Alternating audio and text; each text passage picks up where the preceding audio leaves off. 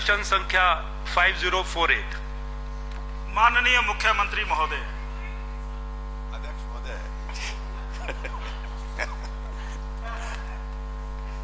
प्रश्न संख्या 5048 सूचना एकत्रित की जा रही है। आज के प्रश्न। अध्यक्ष महोदय जी जी जी जी माननीय मुख्यमंत्री, आप पूछ रहे हैं, इसमें थोड़ी इसमें मंशा जाहिर हो जाए ना, थोड़ी सी कंफ्यूजन है इसमें थोड़ा सा। जी संजय जी। नहीं, मंशा। धन्यवाद अध्यक्ष महोदय। बड़े हैरानी की बात है कि जो उत्तर इसमें आया है कि सूचना एकत्रित की जा रही है, मेरा जो भाव इस प्रश्न को पूछने का था, ये वर्तमान सरकार का अंतिम सत्र है और पिछले 5 वर्ष में, जो पौने 5 वर्ष के कार्यकाल में जिस तरह से हमारा आना जाना शिमला होता और शिमला में देखा कि समय समय पे जाम जिस तरह से लगते हैं और वर्तमान स्वरूप जो शिमला का हो गया है और इसको एक पर्यटन स्थली के नाम से पूरे अंतर्राष्ट्रीय मानचित्र पे जाना जाता है।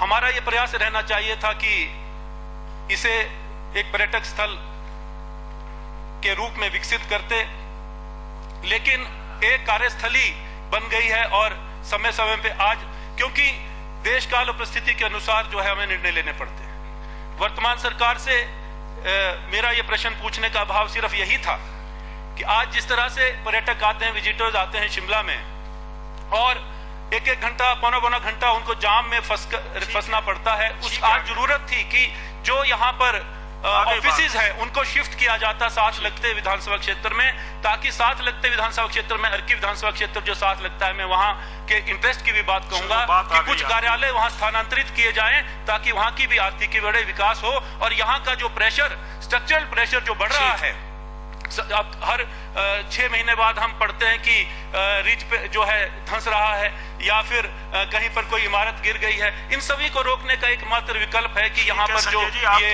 स्ट्रक्चर खड़ा हुआ है इसको शिफ्ट करने की जरूरत है। माननीय मुख्यमंत्री जी। अध्यक्ष महोदय,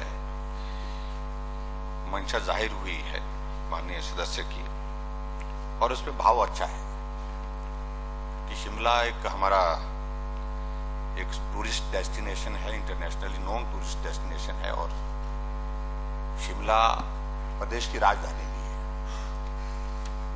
और जिस प्रकार से शिमला में ट्रैफिक कंजेशन के साथ साथ में और भी जो हमारी सुविधाएं हैं शिमला में, इस बढ़ती हुई पॉपुलेशन के साथ साथ में जितने भी हमारे प्रदेश के हेडक्वार्टर होने के नाते, राजधानी होने के नाते बहुत सारे सरकारी कार्यालय यहाँ पर हैं, तो सरकारी कर्मचारियों का नंबर भी एक बहुत बड़ा नंबर होता है जो कार्यालय जाते हैं आते हैं और जिसके कारण ट्रैफिक कंजेशन में और ज्यादा कंट्रीब्यूशन हो जाता है, बहुत ज्यादा उसमें कठिनाई होती है। अब कौन कौन से कार्यालय सारी चीज को लेकर के सोचने का विषय है और हम इस बात से सहमत भी हैं कि शिमला को डीकंजेस्ट करना पड़ेगा, आज नहीं तो कल करना पड़ेगा, ये करना ही पड़ेगा आने वाले समय में, कोई रास्ता नहीं है। 25,000 की पॉपुलेशन के लिए शिमला शहर बसाया गया था अंग्रेजों के जमाने में और उस एरिया के हिसाब से जो उस वक्त की जो फैसिलिटीज थी, चाहे वो रोड की इंफ्रास्ट्रक्चर है, चाहे उसके साथ साथ में हमारा दूसरी जो सुविधाएं हैं, उनको जितना एक्सपेंड किया जा सकता था उसकी भी एक लिमिट है। और अभी स्मार्ट सिटी के अंतर्गत, शिमला के अंतर्गत जो सड़कों के चौड़ा करने का काम और उसके साथ और भी चीजों को बेहतर करने की दृष्टि से काम हुआ, उससे थोड़ी राहत तो आ रही है, लेकिन उसके बावजूद भी वो समाधान पूरा शिमला के लिए हो पाएगा वो भी मुझे लगता नहीं है, क्योंकि अभी और भी ज्यादा जरूरत है। इसलिए जो भाव है उसमें मैं भी सहमत हूं कि आने वाले समय में इस बात को लेकर के सोचना ही पड़ेगा कि कुछ शिमला शहर के अंदर जो प्रदेश मुख्यालय के जो कार्यालय है उनको थोड़ा एडजॉइनिंग एरिया में थोड़ा आगे पीछे शिफ्ट करना ही पड़ेगा ताकि वहां पर प्रॉपर पार्किंग की सुविधा हो सके और शिमला शहर से बाहर अगर वो कोई कार्यालय जाता तो स्वाभाविक रूप से ट्रैफिक डिकंजस्ट होगा, ट्रैफिक के साथ साथ में और भी सुविधा की दृष्टि से और एक एरिया को डेवलप करने का भी अवसर मिलेगा उसमें, जो जिस इलाके में कोई ऑफिस जाता है। लेकिन प्रश्न ये है कि कार्यालय कौन सा यहाँ से शिफ्ट किया जाए। ये सरल काम नहीं, ये थोड़ा कठिन होता है। जब कोई शिफ्टिंग की बात आती है तो एक सेंटीमेंट आ जाता है कि भाई शिमला का दफ्तर उठा दिया।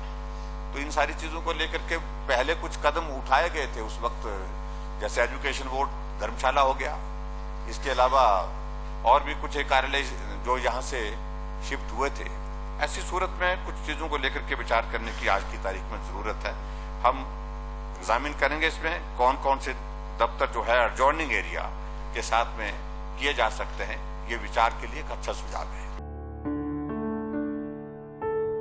भूषण ज्वेलर्स, अनमोल रिश्तों के लिए।